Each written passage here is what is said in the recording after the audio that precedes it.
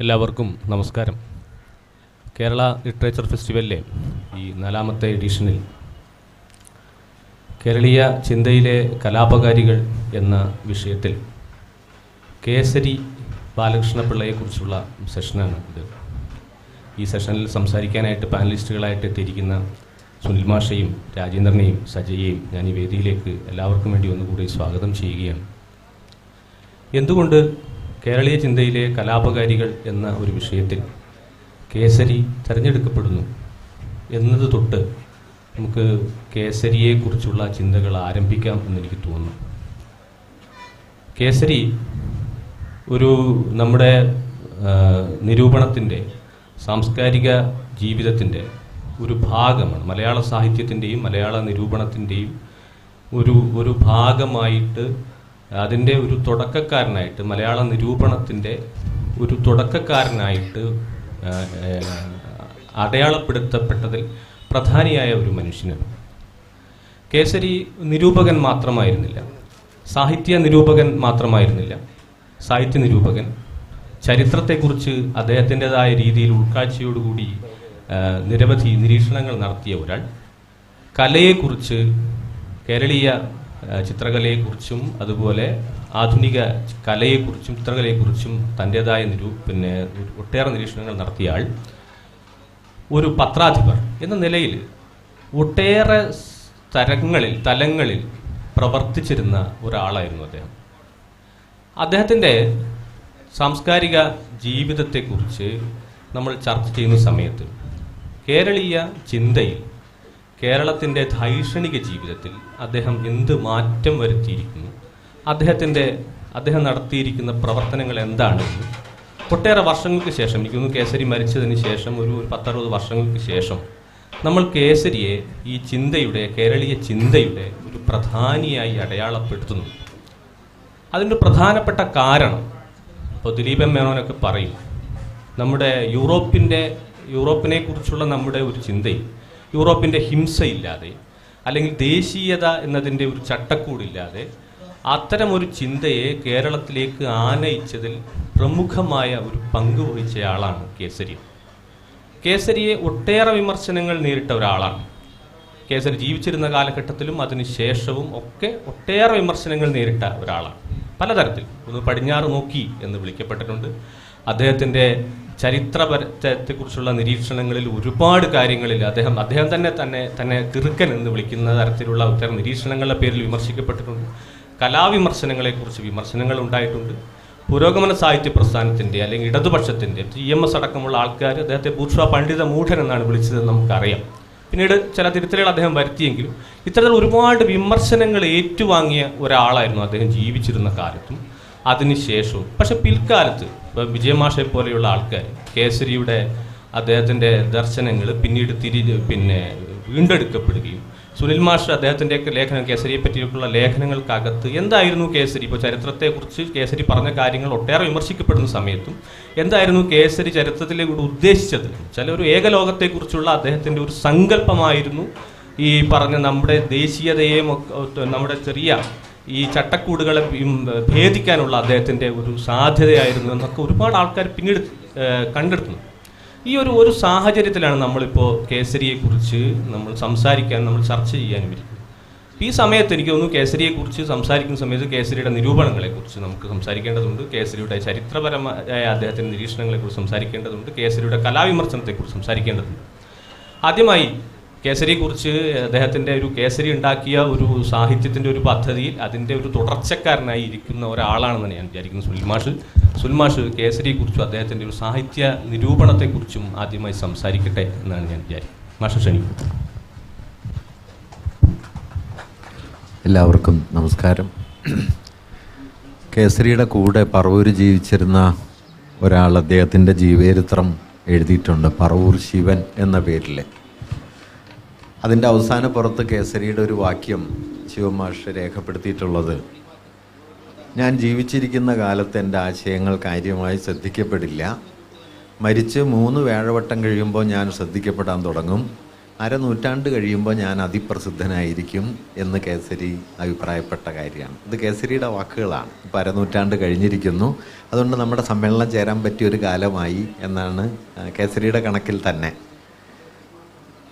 അദ്ദേഹം ജീവിച്ച കാലത്ത്, ഇത് ഞാൻ സാന്ദർഭികമായിട്ടൊരു കാര്യം കൂടി പറയാം. കഴിഞ്ഞ ദിവസങ്ങളിൽ എൻ്റെ അടുത്ത ഭാര്യയുടെ പിതാവ് മരണപ്പെടുകയുണ്ടായി. അദ്ദേഹത്തിൻ്റെ പഴയ ഗ്രന്ഥങ്ങൾ ഞാനിങ്ങനെ വെറുതെ നോക്കിയ സമയത്ത് 1960 പ്രസിദ്ധീകരിച്ച കേരള ഗസറ്റ്, കേരള ഡയറക്ടറി എന്ന പേരുള്ളൊരു പുസ്തകം എനിക്ക് കിട്ടി. അപ്പോൾ ഞാൻ ആ പുസ്തകം ഇങ്ങനെ വെറുതെ മറിച്ച് നോക്കുമ്പോൾ കേരളത്തിലെ പല പ്രാമാണികരെക്കുറിച്ചും പറയുന്നുണ്ട്. എൻ്റെ നാട്ടിലെ തന്നെ ധനാഢ്യരായ ചില വ്യക്തികളെക്കുറിച്ചൊക്കെ അതിൽ പറയുന്നുണ്ട്. കേരളീയ ചിന്തകരെക്കുറിച്ചൊരു അധ്യായമുണ്ട്. പലരെക്കുറിച്ചും പറയുന്നുണ്ട്. കേസരി ബാലകൃഷ്ണ പിള്ള പക്ഷേ അതിനകത്തില്ല. കേസരി മരിക്കുന്ന വർഷമാണത്. അതുകൊണ്ട് ഞാൻ കേസരി വിസ്മരിക്കപ്പെട്ട ഒരാളാണ് എന്ന് പറയുന്നത് ഒട്ടും ആലങ്കാരികമായിട്ടല്ല. കേസരിയുടെ വിചാര ജീവിതത്തിൽ അങ്ങനെ ഒരു തലം ഉണ്ടായിരുന്നു. കേസരിയുടെ സാഹിത്യ വിമർശനത്തിലും ഇത് കാണാൻ പറ്റും. കേസരിയുടെ സാഹിത്യ വിമർശനത്തെക്കുറിച്ച് പൊതുവിൽ നമുക്കുള്ള മതിപ്പ്, കേസരി പാശ്ചാത്യമായ സാഹിത്യ സങ്കല്പങ്ങളെയും സാഹിത്യ ചിന്തകളെയും മലയാളിക്ക് പരിചയപ്പെടുത്തി കൊടുത്ത ഒരാളാണ് എന്ന നിലയിലാണ്. നിശ്ചയമായിട്ടും കേസരിയിൽ അങ്ങനെ ഒരു ഘടകം ഉണ്ട്. പക്ഷെ ഒരു സാഹിത്യ വിമർശകൻ എന്ന നിലയ്ക്ക് കേസരിയുടെ സാഹിത്യ ചിന്തയുടെ അടിസ്ഥാനം വളരെ സാധാരണയായി കരുതുന്നത് പോലെ പാശ്ചാത്യമായ ആശയാവലികളെ മലയാളികൾക്ക് മുമ്പിൽ പരിചയപ്പെടുത്തുകയോ പാശ്ചാത്യ സാഹിത്യ രചയിതാക്കളെ മലയാളികൾക്ക് മുമ്പിൽ അവതരിപ്പിക്കുകയോ ചെയ്ത ഒരാൾ എന്ന നിലയിലല്ല. മറിച്ച് സാഹിത്യത്തെക്കുറിച്ചുള്ള വളരെ മൗലികമായ ഒരു വിച്ഛേദം, സാഹിത്യ സങ്കല്പത്തിലെ ഒരു വിച്ഛേദം കേരളത്തിൽ അവതരിപ്പിച്ച ഒരാൾ എന്ന നിലയിലാണ് കേസരി കണക്കാക്കപ്പെടേണ്ടത് എന്നെനിക്ക് തോന്നുന്നു. അതിലൊരു പക്ഷേ വളരെ പ്രധാനപ്പെട്ട ഒരു പ്രസ്താവന നവലോകത്തിൻ്റെ ആമുഖ പ്രസ്താവനയാണ്. നവലോകം 1934-35 ഘട്ടത്തിലാണ് പുറത്തു വരുന്നത്. കേസരി ആ നവലോകത്തിൻ്റെ ആമുഖത്തിൽ എഴുതുന്ന ഒരു വാക്യം, ഇന്ന് സൃഷ്ടിയിലിരിക്കുന്ന നവലോകത്തിൻ്റെ നിർമ്മിതിയിൽ കലയ്ക്കും സാഹിത്യത്തിനും വലിയൊരു പങ്ക് വഹിക്കാനുണ്ട് എന്ന ഒരു വാക്യമാണ്.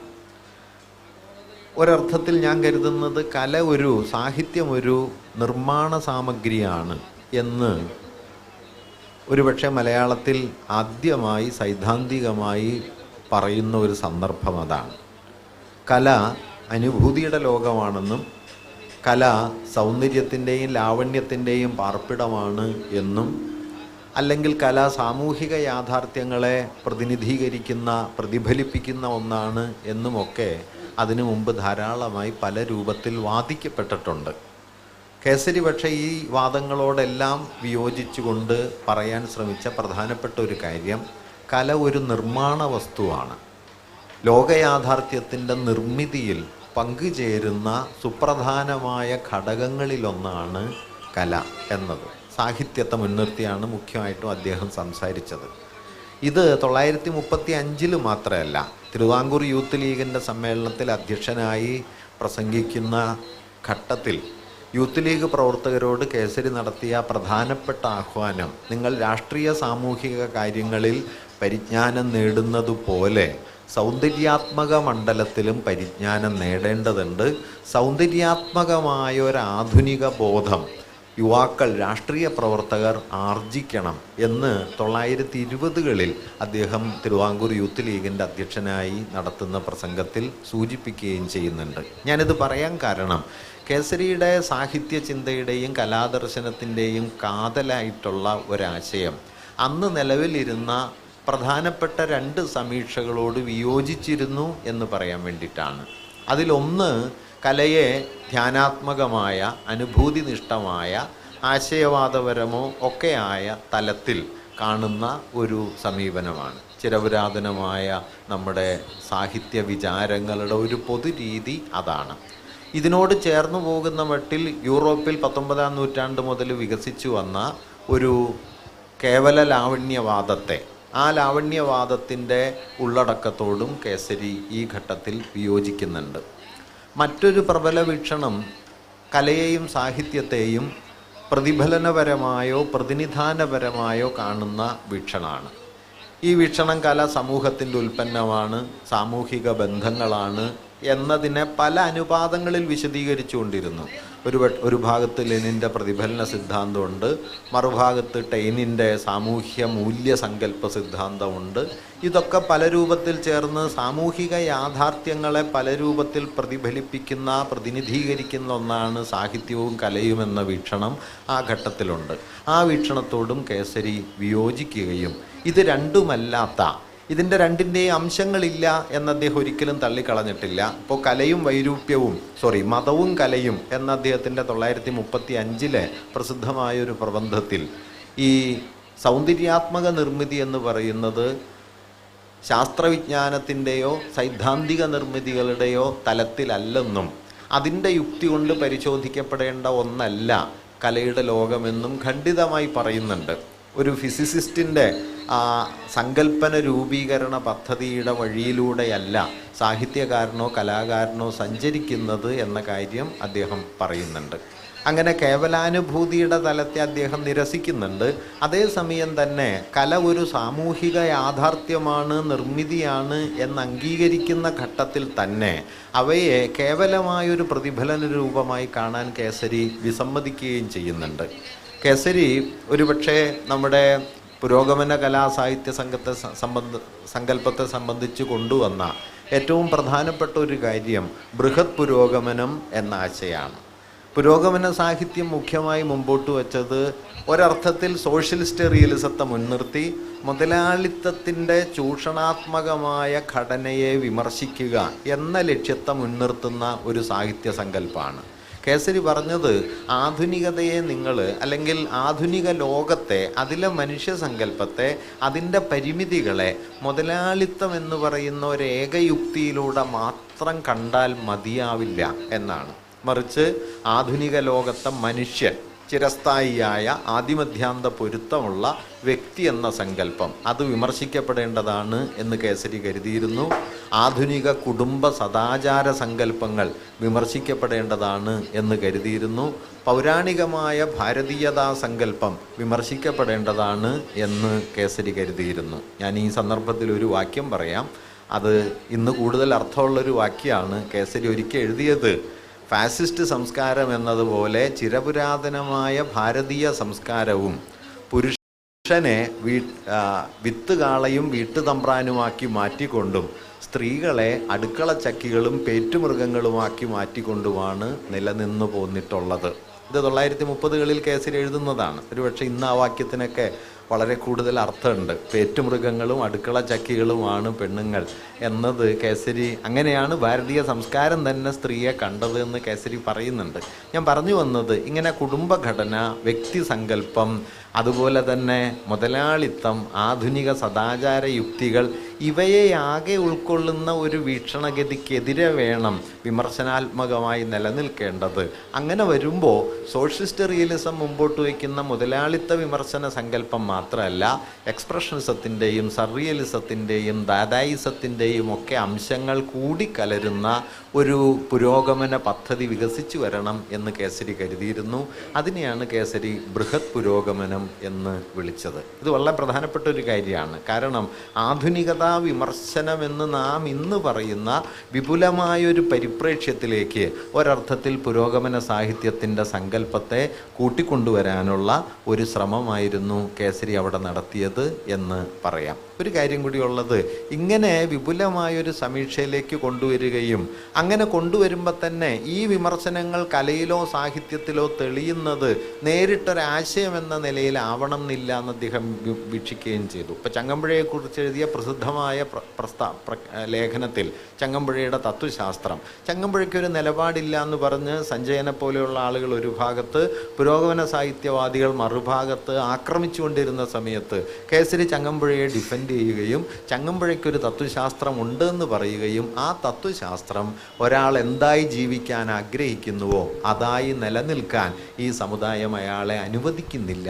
എന്നതാണ് എന്ന് ചൂണ്ടിക്കാണിക്കുകയും ചെയ്തു. ഒരർത്ഥത്തിൽ ആധുനികതയെക്കുറിച്ച്, മുതലാളിത്തത്തെക്കുറിച്ച് മാർക്സ് പറഞ്ഞൊരു വാക്യം വാക്യത്തിൻ്റെ അനുരണനങ്ങൾ ഇതിലുണ്ട്. All that is solid melts into air. ഖരമായതൊക്കെ ഉരുകിത്തീരുമ്പോൾ നിങ്ങൾക്ക് നിന്നിടത്ത് നിൽക്കാൻ പറ്റില്ല, നിങ്ങൾക്കൊരു സുസ്ഥിര വ്യക്തിത്വമാകാൻ പറ്റില്ല, ആശയപരമായ അന്തിമതയിൽ നിങ്ങൾ കുറച്ച് നിൽക്കാൻ കഴിയില്ല, നിങ്ങൾ ഇളകിക്കൊണ്ടിരിക്കുന്ന ആളാകുന്നു. ഈ ഇളക്കം ചിത്രകലയിൽ വന്നതാണ് ഇംപ്രഷനിസം.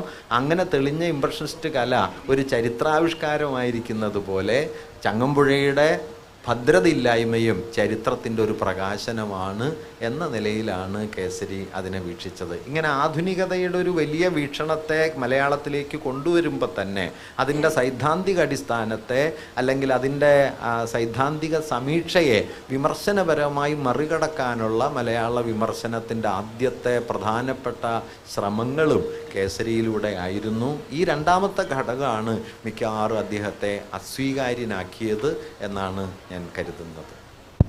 നന്ദി സുനിൽ മാഷ്. കേസരി ആധുനികതയെ നമ്മുടെ മലയാള സാഹിത്യത്തിലേക്കും വിമർശനത്തിലേക്കും കൊണ്ടുവരുന്ന സമയത്ത് തന്നെ അദ്ദേഹം നടത്തിയിരിക്കുന്ന വിമർശനം അദ്ദേഹത്തെ പിന്നീട് അസ്വീകാരനാക്കി എന്ന ഒരു വാദമാണ് സുനിൽ മാഷ് മുന്നോട്ട് വച്ചിരിക്കുന്നത്. എനിക്ക് തോന്നുന്നു രാജേന്ദ്രൻ അതുമായി ബന്ധപ്പെട്ട് മലയാള നിരൂപണത്തിൽ അദ്ദേഹം കേസരി നടത്തിയിരിക്കുന്ന കേസരിയുടെ ചില ദർശനങ്ങൾ, അദ്ദേഹം മുന്നോട്ട് വച്ചിരിക്കുന്ന ചില വാദഗതികൾ എത്രത്തോളം ഇന്ന് നമുക്ക് സ്വീകാര്യമാണ് എന്നതിനെക്കുറിച്ച് രാജേന്ദ്രൻ സംസാരിക്കുമെന്ന് ഞാൻ വിചാരിക്കും.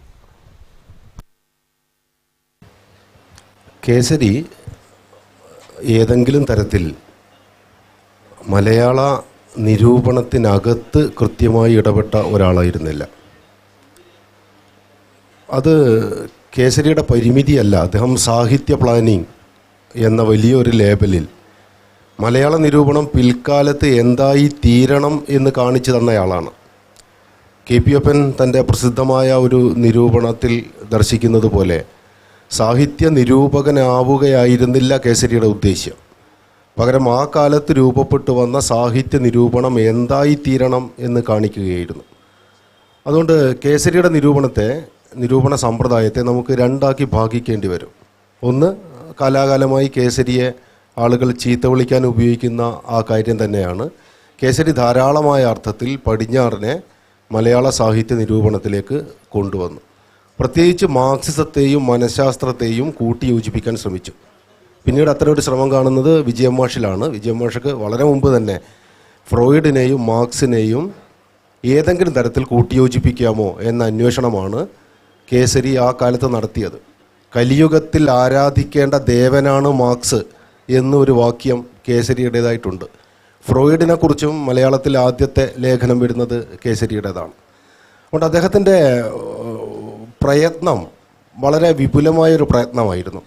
ഏതെങ്കിലും തരത്തിൽ മലയാള സാഹിത്യത്തിനകത്ത് സോദാഹരണ ക്ലാസ് നടത്തുകയല്ല, പകരം അദ്ദേഹം നിരൂപണത്തെക്കുറിച്ച് മുന്നോട്ട് വെച്ച ഉപദർശനങ്ങൾ എങ്ങനെയൊക്കെയാണ് മലയാള നിരൂപണത്തെ പിൽക്കാലത്ത് ആക്കി തീർക്കേണ്ടത് എന്ന് കാണിക്കുന്ന വലിയൊരു ടാസ്ക്കായിരുന്നു കേസരി സ്വീകരിച്ചിരുന്നത്. അതുകൊണ്ട് തന്നെയാണ് അദ്ദേഹത്തിൻ്റെ കാലയളവിൽ ആളുകൾക്ക് അദ്ദേഹത്തെ മനസ്സിലാക്കാൻ കഴിയാതെ പോയതും. ഉദാഹരണത്തിന് തന്നെ നിരന്തരം തിരുത്തുന്ന, തന്നെ നിരന്തരം നവീകരിക്കുന്ന ഒരു കേസരിയെ കാണാം. അപ്പം തമ്പുരാനെ അല്പപ്രാണി എന്ന് വിളിക്കുന്നുണ്ട് 1930കളിൽ കേസരി.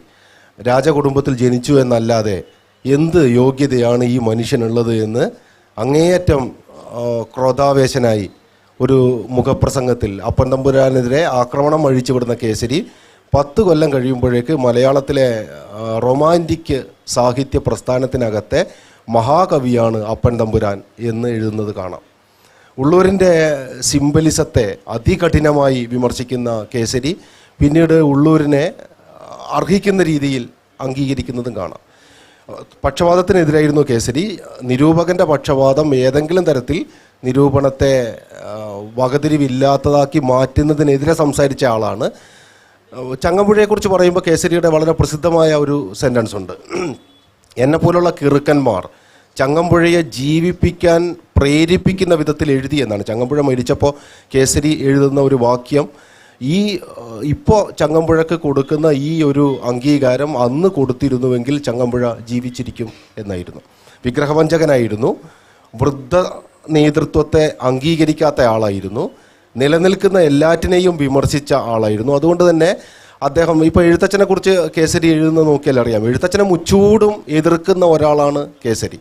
മുതലാളിത്തം മുന്നോട്ട് വെച്ച ചൂഷണ വ്യവസ്ഥിതിയെ അംഗീകരിക്കാൻ മലയാളിയെ പഠിപ്പിച്ച ഒരാളാണ് എഴുത്തച്ഛൻ എന്നാണ് കേസരിയുടെ എഴുത്തച്ഛൻ വിമർശം. അതേസമയം കുഞ്ചൻ നമ്പ്യാരെക്കുറിച്ച് തൽക്കാല സമൂഹത്തെ വിമർശിക്കുകയും തൽക്കാല സമൂഹത്തിനകത്തെ ആളുകളെ എങ്ങനെ ചൂഷണത്തിനെതിരായ ഒരു നിലപാടിലേക്ക് കൊണ്ടുവരാം എന്ന് കാണിക്കുകയും ചെയ്ത ആളാണ് കുഞ്ചൻ നമ്പ്യാർ എന്നും കേസരി എഴുതും. ചുരുക്കി പറഞ്ഞാൽ കൃതിയിൽ നിലനിൽക്കുന്ന സമൂഹത്തെയും കൃതിയിൽ നിലനിൽക്കുന്ന സമൂഹത്തിൻ്റെ ബന്ധങ്ങളെയുമാണ് കേസരി അന്വേഷിച്ചത്. ഞാൻ തുടക്കത്തിൽ പറഞ്ഞതുപോലെ രണ്ട് തരത്തിലാണത്.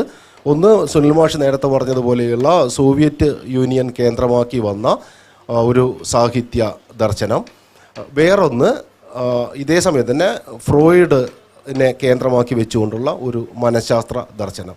ഇതിനകത്ത് ഫങ്ഷണലിസം മുതൽ ഹെർബർട്ട് റീഡ് വരെ ആ കാലത്ത് നിലനിന്നിരുന്ന മിക്കവാറും വിജ്ഞാനീയത്തെ മുഴുവൻ കേസരി തൻ്റെ നിരൂപണത്തിൻ്റെ ആധാരശിലകളാക്കി വയ്ക്കുന്നുണ്ട്.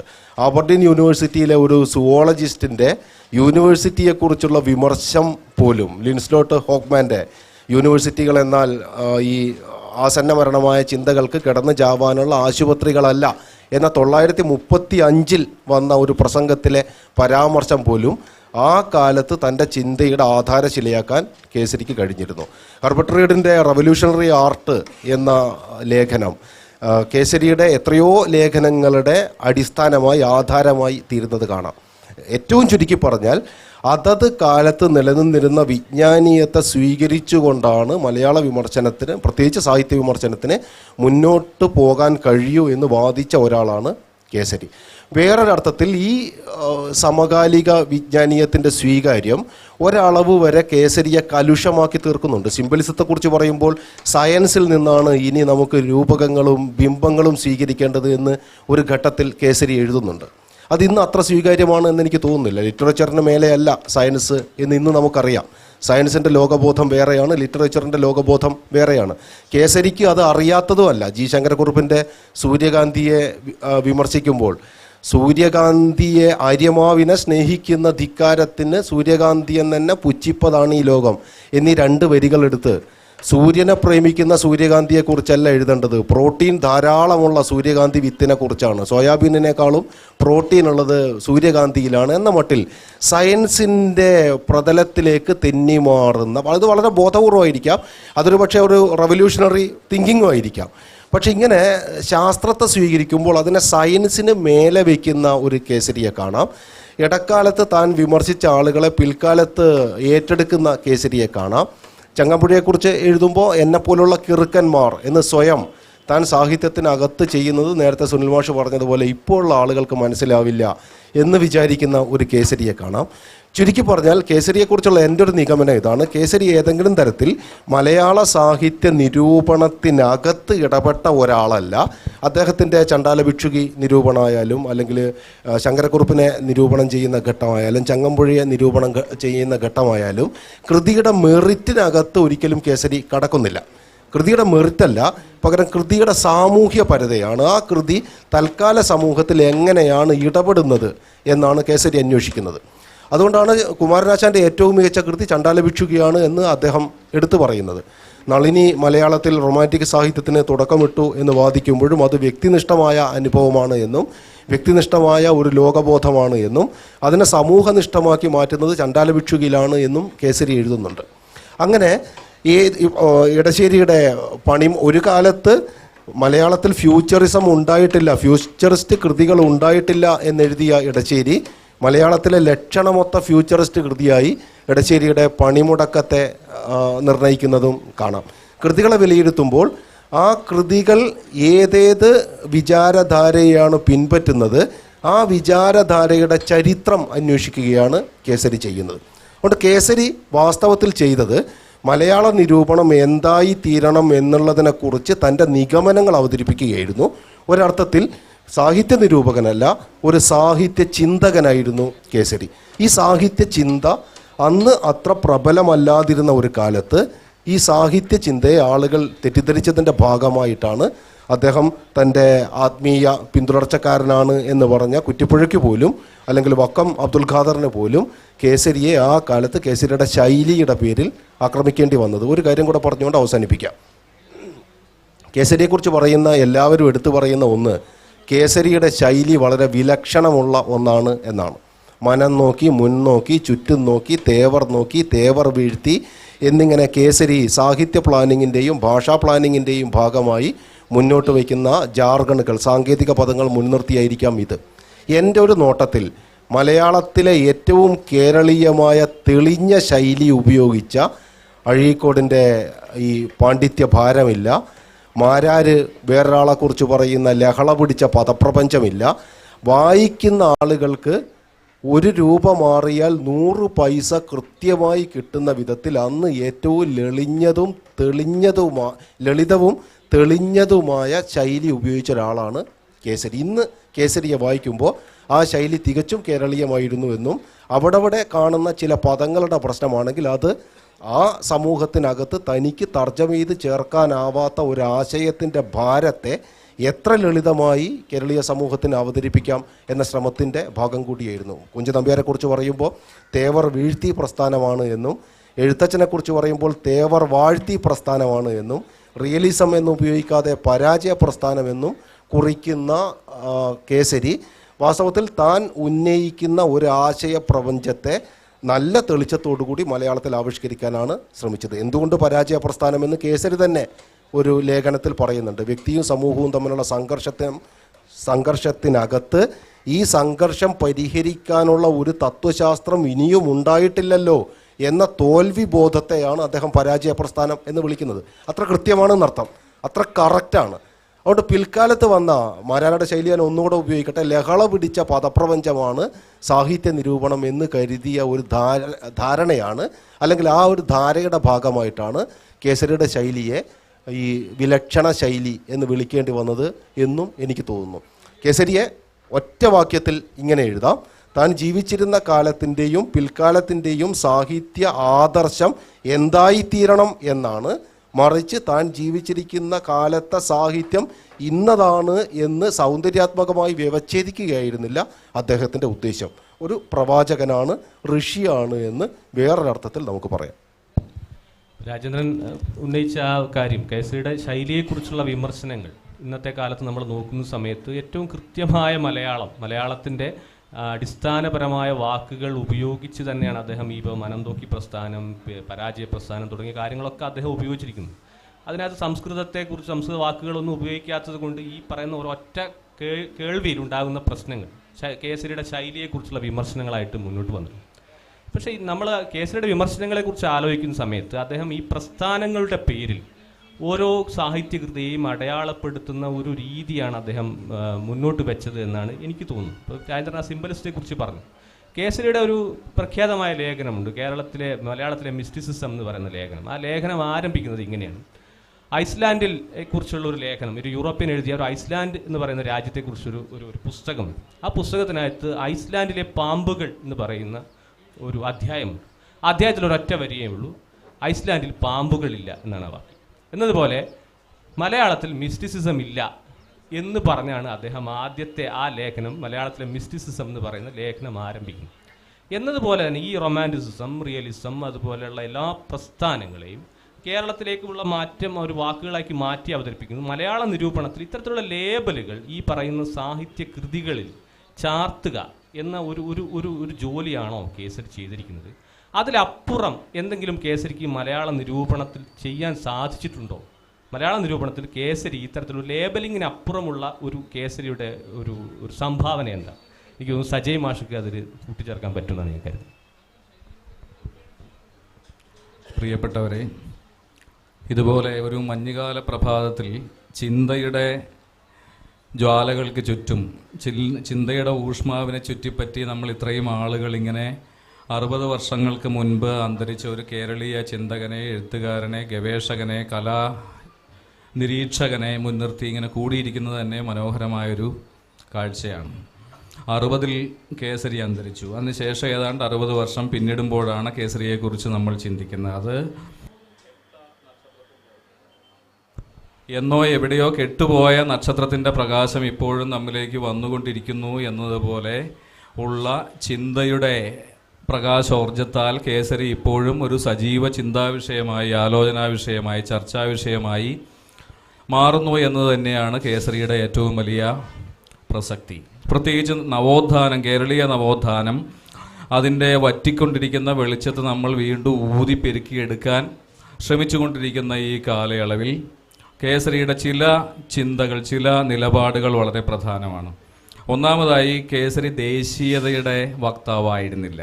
നാഷണലിസം എന്ന് പറയുന്ന ആ മഹിതോദാരമായ, ആ പരമപാവനമായ ആ ആദർശത്തിൻ്റെ വക്താവായിരുന്നില്ല കേസരി, മറിച്ച് അദ്ദേഹം സാർവദേശീയതയുടെ വക്താവായിരുന്നു.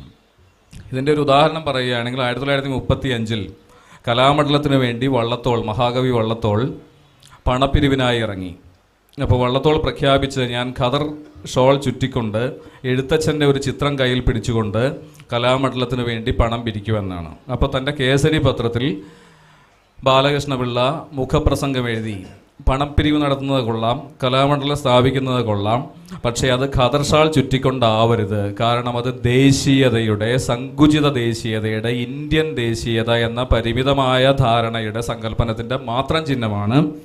ആ ഷോളല്ല നമ്മൾ കഴുത്തിൽ ചുറ്റേണ്ട, സാർവദേശീയതയുടെ പല നിറങ്ങളുള്ള ശബളാഭമായ ആ പതാകയാണ് നമ്മൾ ഉയർത്തിപ്പിടിക്കേണ്ടത് എന്ന് എഴുതിയ ആളാണ് കേസരി. മറ്റൊന്ന്, ലോക സാഹിത്യം എന്ന് പറഞ്ഞ് പഴകിയ, അല്ലെങ്കിൽ പറഞ്ഞു തുടങ്ങിയിട്ടില്ലാത്ത മലയാളിയെ ലോക സാഹിത്യങ്ങൾ എന്ന് പറയാൻ ശീലിപ്പിച്ചു കേസരി. നമ്മെ സംബന്ധിച്ച് സാഹിത്യം ആദ്യമൊക്കെ സംസ്കൃത സാഹിത്യം മാത്രമായിരുന്നു, പിന്നീട് ഇംഗ്ലീഷ് സാഹിത്യം കൂടി അതിനോട് കൂട്ടിച്ചേർക്കപ്പെട്ടു. ഇംഗ്ലീഷ് സാഹിത്യം മാത്രമല്ല ലോക സാഹിത്യമെന്നും പാശ്ചാത്യ സാഹിത്യമെന്നും വിദേശ സാഹിത്യമെന്നും, അത് ജർമ്മനിലും ഫ്രഞ്ചിലും സ്പാനിഷിലും സാധ്യമായ എല്ലാ ലോക ഭാഷകളിലും ആവിഷ്കരിക്കപ്പെടുന്ന സാഹിത്യങ്ങളുടെ എല്ലാം സാകല്യമാണ് എന്ന് മലയാളിയെ പറഞ്ഞ് പഠിപ്പിച്ചത് കേസരിയായിരുന്നു. ഞാൻ ആദ്യം സൂചിപ്പിച്ച കേസരിയിലെ മുഖപ്രസംഗത്തിന് തൊട്ട് പിന്നാലെ, ഈ ഖദർ ഷാളിനെ പറ്റിയുള്ള പരാമർശത്തിന് തൊട്ട് പിന്നാലെ കേസരി പറയുന്ന വളരെ പ്രസക്തമായ കാലികമായ ഒരാശയമുണ്ട്. രാമനെ പറ്റിയാണത്. അനേകം രാമന്മാരിൽ ഒന്നാമനായ രാമൻ, രാമായണത്തിലെ രാമനെ പറ്റിയാണ് പറയുന്നത്. ഈ ഈഡിപ്പസ് കോംപ്ലക്സ് പോലെയുള്ള ഒരു മനഃശാസ്ത്ര തത്വം ആവിഷ്കരിക്കപ്പെട്ടതിന് ശേഷം അച്ഛനും മകനും തമ്മിലുള്ള ബന്ധം അത്ര സുതാര്യമല്ല, അത്ര നിർമ്മലമല്ല, അത്ര അകലുഷമല്ല, അതിൽ വലിയ സംഘർഷങ്ങൾ ഉള്ളടങ്ങിയിരിക്കുന്നുണ്ട്. മകൻ അച്ഛനെ കൊല്ലാൻ ആഗ്രഹിക്കുന്നു എന്ന ഈഡിപ്പസ് കോംപ്ലക്സിൻ്റെ കണ്ടെത്തലിന് ശേഷം അച്ഛനെ പൂജിക്കുന്ന ഏകഭാര്യാവ്രതക്കാരനായ, ഭാര്യയെ തട്ടിക്കൊണ്ടുപോയ പ്രതിയോഗിയുടെ നാട്ടുകാരായ നിരപരാധികളെ കൊന്നൊടുക്കിയ രാമനെ ആരാധിക്കാൻ ഇന്നാട്ടിൽ ചെറുപ്പക്കാരുണ്ടാവില്ല എന്ന് കേസരി പറയുന്നുണ്ട്. കാരണം കുടുംബത്തിൻ്റെ ഇതിഹാസമാണ് രാമായണം, കുടുംബ മഹത്വത്തിൻ്റെ ഇതിഹാസമാണ് രാമായണം. കേസരി പറയുന്നു, കുടുംബം ഒരു മർദ്ദനോപാധിയാണ് എന്ന് തിരിച്ചറിയപ്പെട്ടു കഴിഞ്ഞു. ഭാര്യാത്വം എന്ന് പറയുന്ന അത്ര വലിയ ഒരു പദവിയല്ല, പതിവ്രതാത്വം എന്ന് പറയുന്ന വലിയൊരു പദവിയല്ല. അതുകൊണ്ട് ഏകഭാര്യാവ്രതക്കാരനായ പിതൃഭക്തനായ രാമനെ ആരാധിക്കാനും അനുകരിക്കാനും പിന്തുടരാനും ഇന്നാട്ടിലെ ചെറുപ്പക്കാരെ ഇനി മുതൽ കിട്ടില്ല. വള്ളത്തോൾ അതിനുവേണ്ടി എത്ര ശാഠ്യം പിടിച്ചിട്ടും കാര്യമില്ല എന്ന് 1935 താക്കീത് ചെയ്ത മഹാചിന്തകനായിരുന്നു കേസരി. കേസരിയുടെ പദകോശത്തിലെ പ്രധാനപ്പെട്ട വാക്ക് നവം എന്നതായിരുന്നു. അദ്ദേഹത്തിൻ്റെ ഏറ്റവും പ്രസക്തമായൊരു പുസ്തകത്തിൻ്റെ പേര് തന്നെ നവലോകം എന്നായിരുന്നു. ഒരു നവലോക നിർമ്മിതിക്കായി ആകാവുന്നത്ര കാറ്റും വെളിച്ചവും പ്രവേശിക്കുന്ന ജാലകങ്ങളും വാതിലുകളും മലയാളിയുടെ ബോധ പരിസരങ്ങളിൽ സൃഷ്ടിക്കുക എന്നതായിരുന്നു കേസരിയുടെ എഴുത്തിൻ്റെ, സാഹിത്യ വിമർശനത്തിൻ്റെയും കലാവിമർശനത്തിൻ്റെയും മുഖ്യ ലക്ഷ്യങ്ങളിലൊന്ന്. കേസരിയെ ഒരുപക്ഷെ വിലയിരുത്തിയിട്ടുള്ള 3 പിൽക്കാല നിരൂപകരെ പരിശോധിച്ചാൽ നമുക്കത് മനസ്സിലാകും. ഒരുപക്ഷെ കേസരിയോട് വലിയ ആഭിമുഖ്യമൊന്നുമില്ലാത്ത ഒരു സംസ്കൃതപക്ഷപാതിയായ, ഒരു ക്ലാസിസിസ്റ്റായ സുകുമാർ അഴീക്കോടാണ് ഏറ്റവും ആവേശപൂർവ്വം ചില വിയോജിപ്പുകളോടുകൂടി തന്നെ കേസരിയെ തൻ്റെ മലയാള സാഹിത്യ വിമർശനം എന്ന പുസ്തകത്തിൽ വിലയിരുത്തിയിട്ടുള്ള ഒരു എഴുത്തുകാരൻ. അപ്പോൾ അഴീക്കോട് തനിക്ക് സഹജമായ ഭാഷയിൽ പറയുന്നുണ്ട്, നവലോക ദിദൃക്ഷയുടെ ജ്വാലകൾ പ്രസരിപ്പിച്ചു കേസരി എന്ന്. ആ വാക്കുകളുടെ അർത്ഥം അഴീക്കോടിനെ വായിച്ച് പരിചയമുള്ളവർക്ക് എളുപ്പം പിടികിട്ടു. ഒരു പുതിയ ലോകം കാണാനുള്ള ആകാംക്ഷാഭരിതമായ കണ്ണുകളിൽ നിന്ന് പ്രസരിച്ച ജ്വാലകൾ, ആകാംക്ഷയുടെ, ജിജ്ഞാസയുടെ, ഉദ്വേഗത്തിൻ്റെ ജ്വാലകൾ പ്രസരിപ്പിച്ചു കേസരി എന്ന് പറയുന്നുണ്ട് സുകുമാർ അഴീക്കോട്. പിന്നീട് ഇത്തരത്തിൽ സമഗ്രമായി തൻ്റെ ആദ്യ പുസ്തകത്തിൽ, ചിതയുടെ വെളിച്ചം എന്ന പുസ്തകത്തിൽ കേസരിയെ വിലയിരുത്തിയിട്ടുള്ള മറ്റൊരു എഴുത്തുകാരൻ MN വിജയൻ മാഷാണ്. മറ്റൊരു എഴുത്തുകാരൻ ഈ രണ്ട് എഴുത്തുകാരോടും ബന്ധമില്ലാത്ത KP അപ്പനാണ്. പ്രൊമറ്റ്യൂസിൻ്റെ കരളാണ് കേസരിയുടെ ഹൃദയമിരിക്കുന്ന സ്ഥാനത്ത്, അല്ലെങ്കിൽ കേസരിയുടെ ഉള്ളിൽ KP അപ്പൻ എന്ന തികഞ്ഞ രാഷ്ട്രീയവാദിയായ നിരൂപകൻ കണ്ടെത്തിയത്. ഇങ്ങനെ വിഭിന്ന സ്വഭാവമുള്ള 3 നിരൂപകർക്ക്, പിൽക്കാല നിരൂപകർക്ക് പ്രചോദനമായും അഭിമതനായും മാറാൻ സാധിച്ചു കേസരിക്ക്. 3 പേരും 3 അംശങ്ങളായിരിക്കാം ഒരുപക്ഷെ കേസരിയിൽ നിന്ന് സ്വീകരിച്ചത്. KP അപ്പനെ പോലെ ഒരു മോഡേണിസ്റ്റിന്, ഒരു ശുദ്ധ സൗന്ദര്യവാദിക്ക്, ഒരു ഇംപ്രഷനിസ്റ്റ് നിരൂപകന് പോലും ചില അംശങ്ങളിൽ കേസരിയുടെ പിന്തുണ ആവശ്യമായിരുന്നു. കേസരി തുടങ്ങി വെച്ച പ്രസ്ഥാനത്തെ താൻ തുടരുന്നു. പാശ്ചാത്യ സാഹിത്യ, സൗന്ദര്യശാസ്ത്ര തത്വങ്ങളുടെ അടിസ്ഥാനത്തിൽ കൃതികളെ, മലയാള സാഹിത്യ കൃതികളെ വിലയിരുത്തുന്ന ആ പതിവ്, ആ പാരമ്പര്യം താൻ തുടരുന്നു എന്ന് പറയാൻ വേണ്ടി കേസരിയെ പ്രശംസിക്കേണ്ട, കേസരിയെ ഒരു വിഗ്രഹസ്ഥാനത്ത് പ്രതിഷ്ഠിക്കേണ്ട ബാധ്യതയുണ്ടായിരുന്നു KP അപ്പൻ. അത്രയുമേ ഉള്ളൂ KP അപ്പനും കേസരിയും തമ്മിലുള്ള ബന്ധം. ഈ ബന്ധത്തെക്കുറിച്ച് മറ്റു തരത്തിൽ കേസരിയുടെ തന്നെ ഭാഷയിൽ പറയുകയാണെങ്കിൽ, കേസരിയുടെ കാലത്തുണ്ടായിരുന്ന ഏറ്റവും വലിയ യാഥാസ്ഥികനായ മലയാള നിരൂപകൻ സാഹിത്യ പഞ്ചാനനായിരുന്നു. പഞ്ചാനനൻ എന്ന വാക്ക് തന്നെയാണ് കേസരിയുടെ പേരിനോട് നമ്മൾ ചേർത്ത് പറയുന്നത്. സിംഹത്തിൻ്റെ പര്യായങ്ങളാണ് രണ്ടും. കേസരിയും പഞ്ചാനനും സിംഹങ്ങളാണ്. പക്ഷേ കേസരി പറഞ്ഞു, ഈ സാഹിത്യ പഞ്ചാനനൻ പഞ്ചാനനല്ല, മറിച്ച് സാഹിത്യ ജംബൂകനാണ്, സാഹിത്യത്തിലെ കുറുക്കനാണ്. അദ്ദേഹം സിംഹമൊന്നുമല്ല, അദ്ദേഹം ഒരു പഴയ കുറുക്കനാണ്. പഴയ സിംഹം പോലുമല്ല, ചത്ത സിംഹം പോലുമല്ല, ഒരു പഴയ കുറുക്കനാണ് എന്ന് പറഞ്ഞുകൊണ്ടാണ് കേസരി തൻ്റെ വിമർശന ജീവിതം ആരംഭിക്കുന്നത്. ഈ കുറുക്കനും സിംഹവും തമ്മിലുള്ള ബന്ധമേ ഉള്ളൂ കേസരിയും KP അപ്പനും തമ്മിൽ എന്ന് മാത്രമേ ഈ പരിമിതമായ സമയത്തിനുള്ളിൽ ഞാൻ സൂചിപ്പിക്കാൻ ആഗ്രഹിക്കുന്നുള്ളൂ. പിന്നീട് ചർച്ച ചെയ്യേണ്ട ഒരു കാര്യമാണ്. KP അപ്പൻ്റെ കേസരി ഭക്തി ചർച്ച ചെയ്യപ്പെടേണ്ട ഒരു വിഷയമാണ്, പ്രധാനപ്പെട്ട ഒരു വിഷയമാണ്.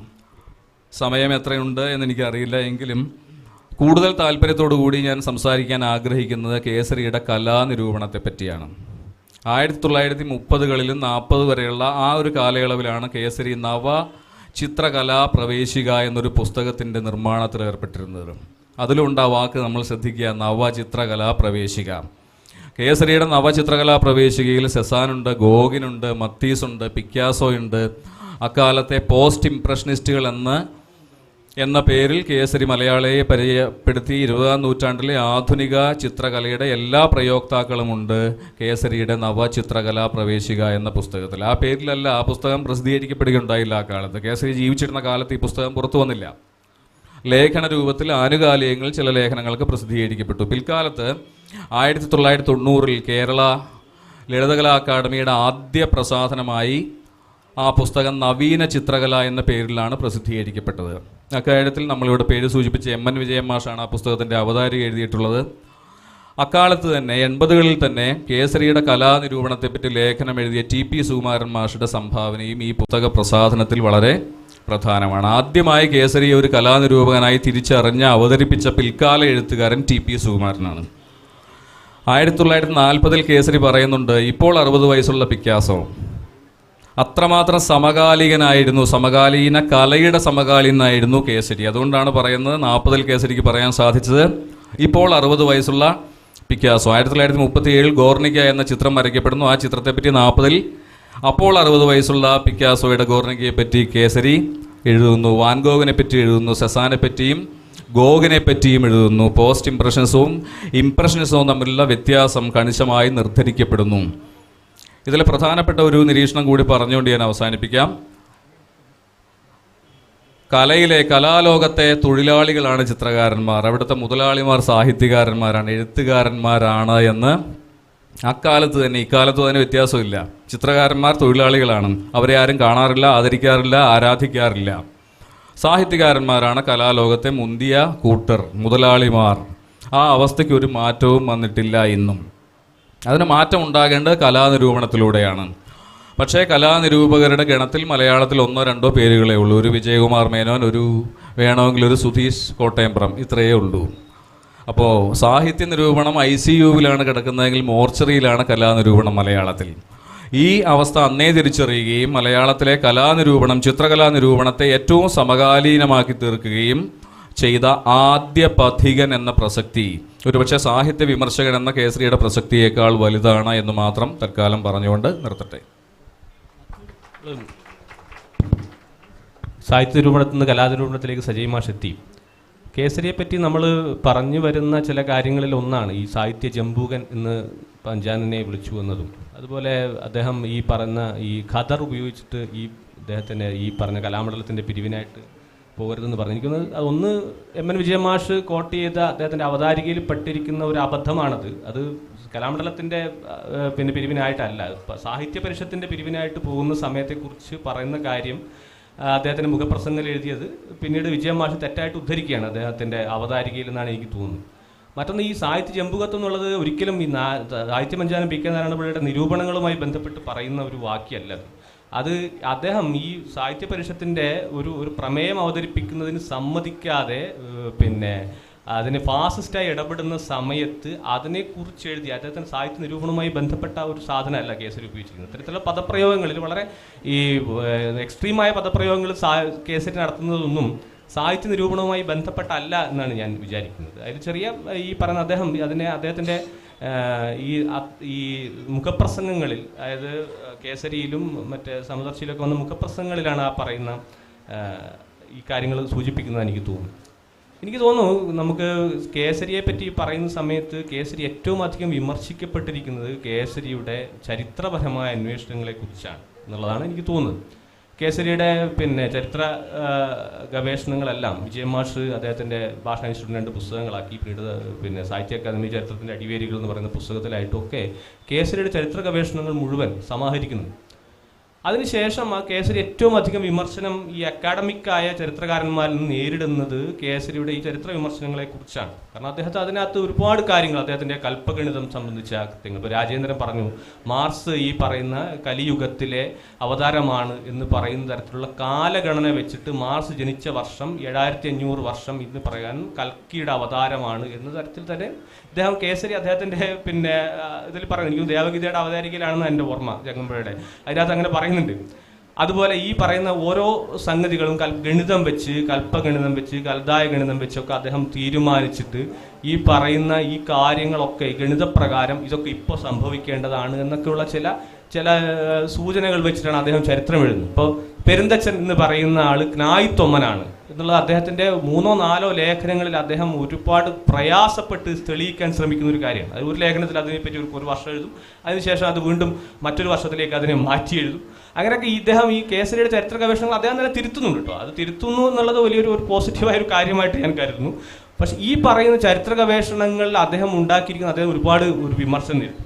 പക്ഷെ വിജയമാഷും അല്ലെങ്കിൽ സുൽമാഷ് അടക്കമുള്ള ആൾക്കാർ കേസരിയുടെ ചരിത്ര നിരീക്ഷണങ്ങളെ ഉൾക്കൊണ്ടുകൊണ്ടാണ്, അതായത് ആ പറയുന്ന കാര്യങ്ങൾ അദ്ദേഹം കേസരി ഉന്നയിക്കുന്നത് ഒരു ഏകലോകം എന്ന് പറയുന്ന ഒന്നിൻ്റെ വേണ്ടിയാണ്. വെച്ചാൽ ഇന്ത്യയുടെ ഭാരതത്തിൻ്റെ ഒക്കെ സംസ്കാരം ആരംഭിക്കുന്നത് അറേബ്യയിലാണ്. ഇന്നത്തെ ബഹ്റൈൻ എന്ന് പറയുന്ന സ്ഥലത്തെ ഒരു പുന്ത് എന്ന് പറയുന്ന ഒരു സ്ഥലത്താണ്.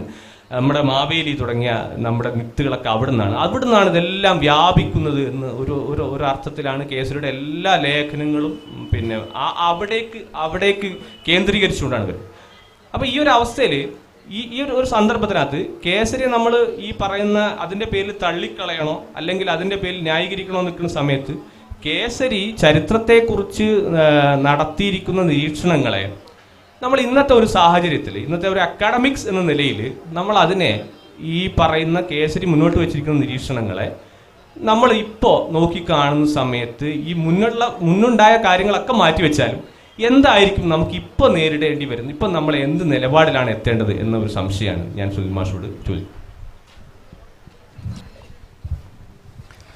കേസരിയുടെ ചിന്താജീവിതത്തിൻ്റെ ഏറ്റവും വലിയ പ്രത്യേകതയായിട്ട് എനിക്ക് തോന്നിയിട്ടുള്ളത് കേസരി ആഴത്തിൽ ചരിത്രബോധമുള്ള ഒരാളായിരുന്നു എന്ന കാര്യമാണ്. അപ്പം അദ്ദേഹത്തിൻ്റെ സാഹിത്യ വിമർശനത്തിലും കലാചിന്തയിലും ഒക്കെ ഇതുണ്ട്. കേസരി പ്രസ്ഥാന നിരൂപണം എന്ന് പറഞ്ഞ് സാഹിത്യചിന്തയിലേക്ക് കൊണ്ടുവന്നത് സച്ചിമാഷയുടെ ഭാഷയിൽ പറഞ്ഞാൽ വ്യക്തിനിഷ്ഠതയിൽ തളഞ്ഞു കിടന്ന സാഹിത്യ വിചാരത്തെ ചരിത്രവൽക്കരിക്കാനുള്ള മലയാളത്തിലെ ആദ്യത്തെ വലിയ പരിശ്രമമായിരുന്നു പ്രസ്ഥാന നിരൂപണം. കാരണം പ്രസ്ഥാനം എന്ന് പറയുന്നത് കേസരി കണ്ടത് ചരിത്രപരമായി രൂപപ്പെട്ടു വരുന്ന മനുഷ്യാനുഭവങ്ങളെ ക്രമീകരിക്കുന്നത് വഴിയാണ് പ്രസ്ഥാനങ്ങൾ ഉടലെടുക്കുന്നത്. അതുകൊണ്ടൊരു കലാപ്രസ്ഥാനം, ഒരു സാഹിത്യ പ്രസ്ഥാനം അനുഭൂതിയുടെ മാത്രമായ ഒരു ആവിഷ്കാരമല്ല, വ്യക്തിയാനുഭൂതിയുടെ തലമല്ല, ചരിത്രബന്ധങ്ങളുടെ സവിശേഷമായ ഒരു ക്രമമാണ് പ്രസ്ഥാനമായി തീരുന്നത്. അതുകൊണ്ട് പ്രസ്ഥാനത്തെ മുൻനിർത്തി കലയെ കാണുന്നത് കലയെ വ്യക്തിപരതയിൽ നിന്ന് മോചിപ്പിച്ച് ചരിത്രബന്ധങ്ങളിലേക്ക് ചേർത്ത് വയ്ക്കുന്നതിൻ്റെ ഭാഗമായിട്ടാണ് എന്ന് പറയുന്നുണ്ട്. ഇതുപോലെ തന്നെ കേസരിയുടെ കലാവിമർശനത്തിൽ നമുക്ക് ചരിത്രത്തിൻ്റെ ആഴമേറിയ അടയാളങ്ങൾ കാണാൻ പറ്റും. വളരെ നമ്മൾ ശ്രദ്ധിക്കാത്തൊരു കാര്യം ഞാൻ സാന്ദർഭികമായിട്ട് പറയാം. ഇപ്പം കേരളത്തിൽ ആധുനിക ചിത്രകല വന്നത് രവിവർമ്മ വഴിയല്ല, മറിച്ച് ക്രിസ്ത്യൻ പള്ളികളിലെ റത്താഴ ചിത്രങ്ങൾ വഴിയാണ് എന്ന് ആദ്യം പറയുന്നത് കേസരിയാണ്. പള്ളിയുടെ അർത്താഴകൾക്ക് പുറയിൽ വരച്ചു വെച്ചിട്ടുള്ള ചിത്രങ്ങളാണ് വാസ്തവത്തിൽ ആധുനികതയുടെ രംഗപ്രവേശം. അല്ലെങ്കിൽ നമ്മുടെ എന്താ പറയുക, ഈ ചുമർ ചിത്രങ്ങൾ കാണുമ്പോൾ ഈ ചുമർ ചിത്രങ്ങളിൽ അജന്തയിലെ രേഖാസമ്പ്രദായവും പേർഷ്യൻ ഭൂഭാഗ ചിത്രണ രീതിയും കൂടി കലർന്ന് കിടപ്പുണ്ട് എന്ന് കേസരി അന്ന് നിരീക്ഷിക്കുന്നുണ്ട്. വാസ്തവത്തിൽ ഞാനിത് വായിച്ച സമയത്ത് ഒരു വിചിത്രമായ വാദമാണല്ലോ എന്ന് മനസ്സിൽ എനിക്ക് തോന്നുകയുണ്ടായി. പിന്നീട് ഏതാണ്ട് 2004-ലോ 2005-ലോ കെ മാരാരും അതുപോലെ ആൽബർട്ട് ഫ്രണ്ട്സും കൂടി പ്രസിദ്ധീകരിച്ച കേരളത്തിലെ ചുമർ ചിത്രങ്ങളുടെ, വടക്കൻ മലബാറിലെ ചുമർ ചിത്രങ്ങളുടെ ഒരു പുസ്തകം കണ്ട സമയത്താണ് കാസർഗോഡ് മേഖലയിൽ വരയ്ക്കപ്പെട്ട ചുമർ ചിത്രങ്ങളിൽ ഈ അജന്തയുടെ ശൈലിയോട് വളരെ ചേർച്ചയുള്ള പല രൂപങ്ങളും ഞാൻ ആദ്യമായിട്ട് കാണുന്നത്. കേസരി അതെങ്ങനെയാണ് കണ്ടതെന്ന് എനിക്കറിയില്ല.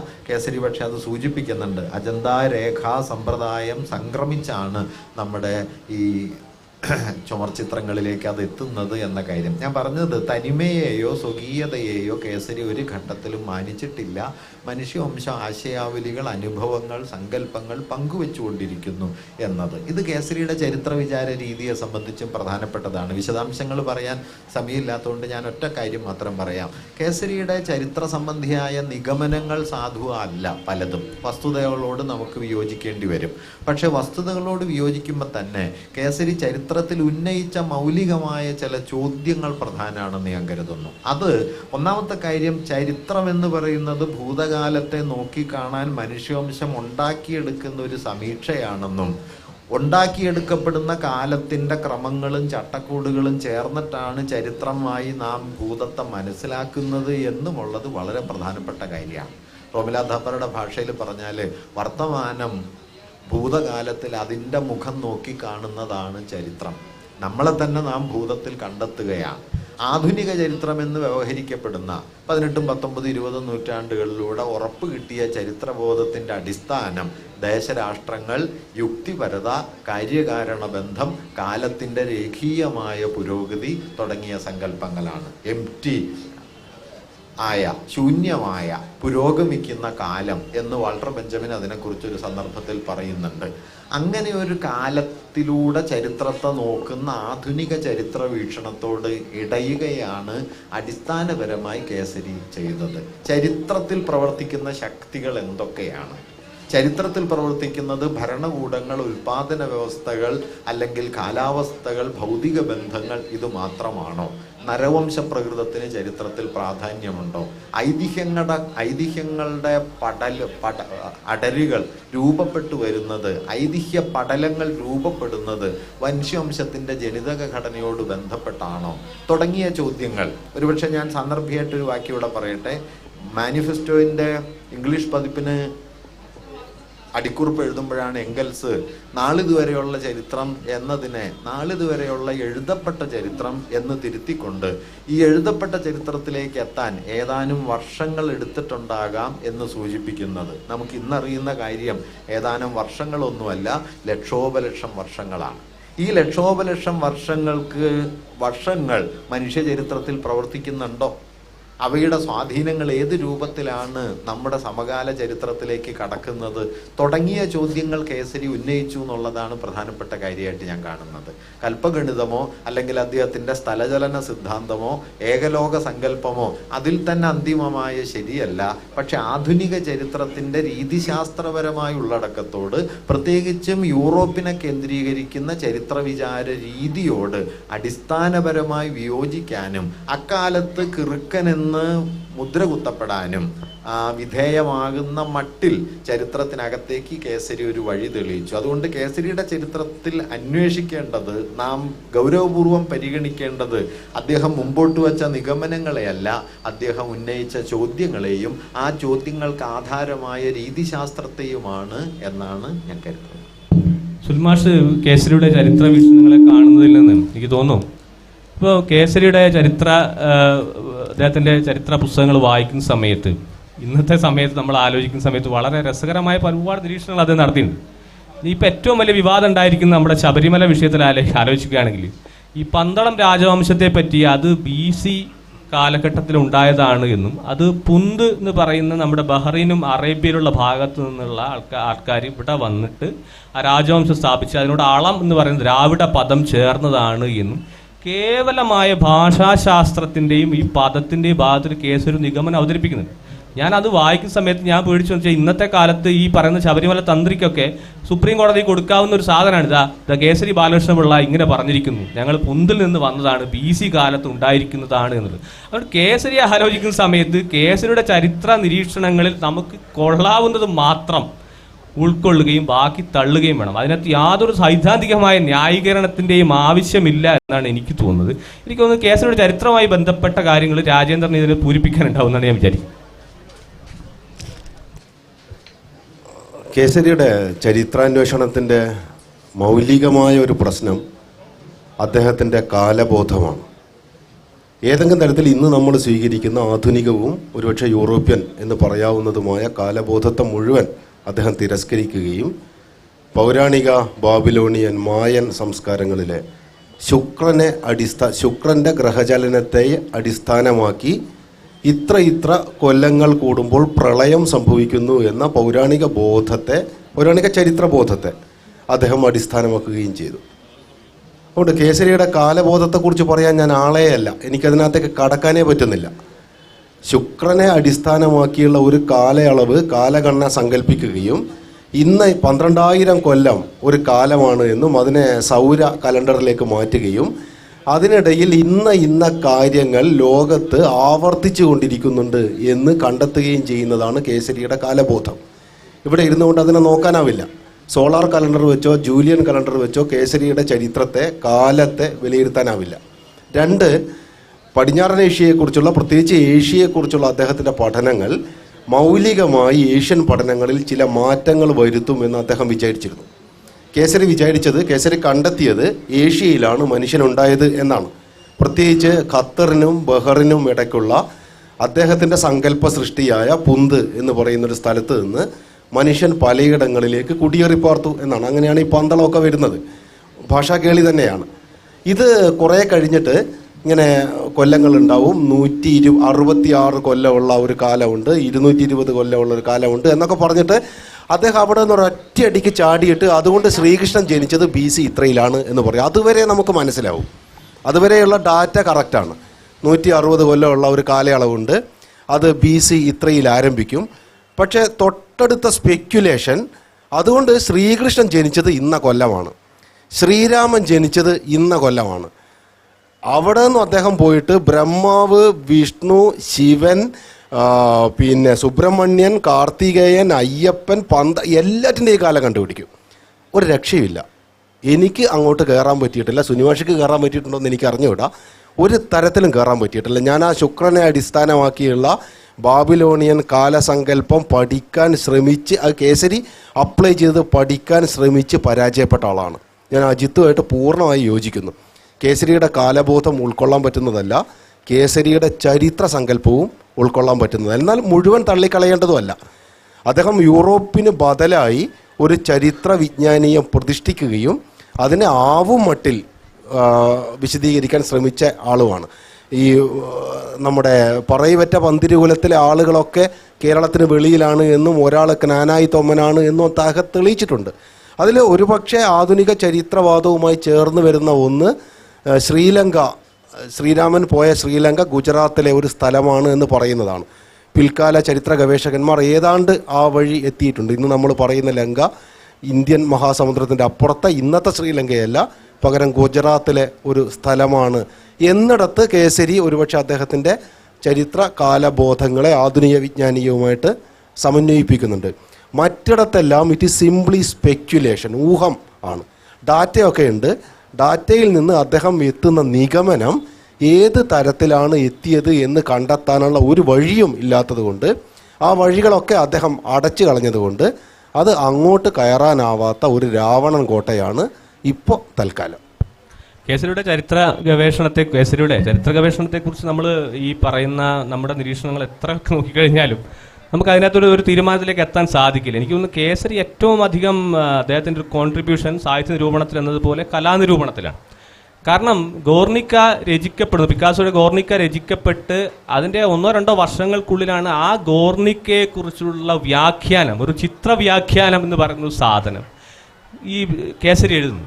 1930കളിലാണ് അദ്ദേഹത്തിൻ്റെ ആ എഴുത്തുണ്ടാവുന്നത്. ഒരു ചിത്രത്തിൻ്റെ ഓരോ 40കളിലാണ് ആ വ്യാഖ്യാനം ഉണ്ട്. ആ ചിത്രത്തിൻ്റെ ആദ്യാവസാനം, അതിലെ കാളത്തല എന്താണ്, മറ്റെന്താണ് തുടങ്ങിയ പൂർണ്ണമായ വ്യാഖ്യാനം ഉണ്ട്. അതുപോലെ സർവഡോ ഡാലി അദ്ദേഹത്തിൻ്റെ സറിയലിസം, ഈ പറയുന്ന പ്രസ്ഥാനങ്ങളെ പരിചയപ്പെടുത്തുകയും അതിൻ്റെ ആ പറയുന്ന ഓരോ ചിത്രകലയുമായി ബന്ധപ്പെട്ട കലാനിരൂപണത്തിൻ്റെ ഏറ്റവും കൃത്യമായ സാധനങ്ങൾ അദ്ദേഹം എഴുതുന്നത് അതിലാണ്.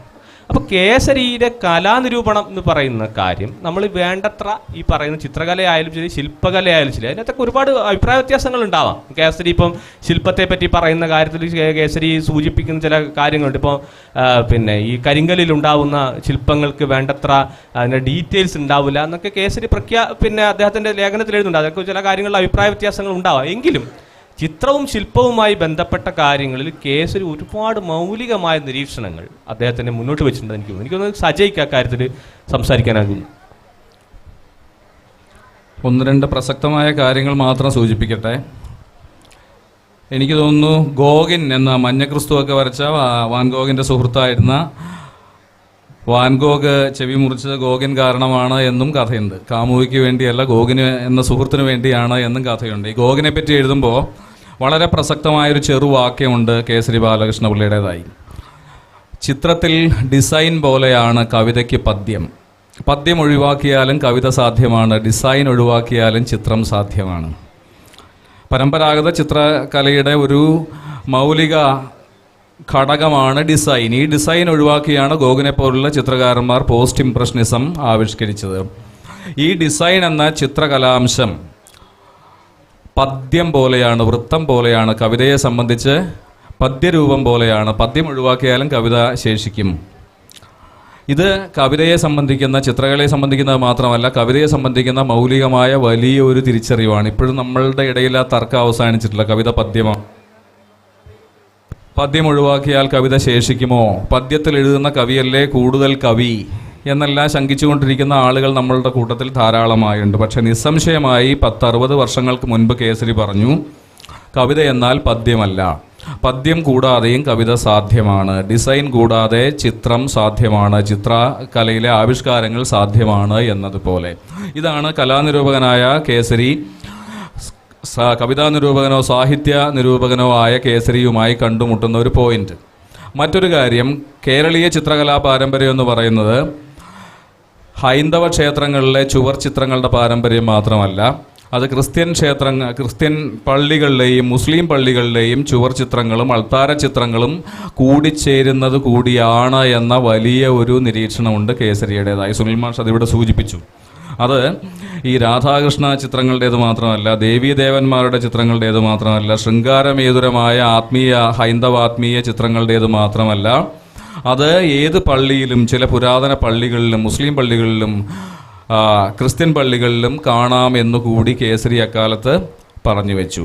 ഇത് ഇന്നും വളരെ പ്രസക്തമായ ആശയമാണ്. കേരളീയ സംസ്കാരം എന്ന് പറയുന്നത് ഒരു രുചിയുള്ള, ഒരേ തരത്തിൽ ഒരു റെസിപ്പി അനുസരിച്ച് പാകം ചെയ്യപ്പെടുന്ന ഒരു ആഹാര സാധനമല്ല. അതൊരു തരം അവിയലാണ്.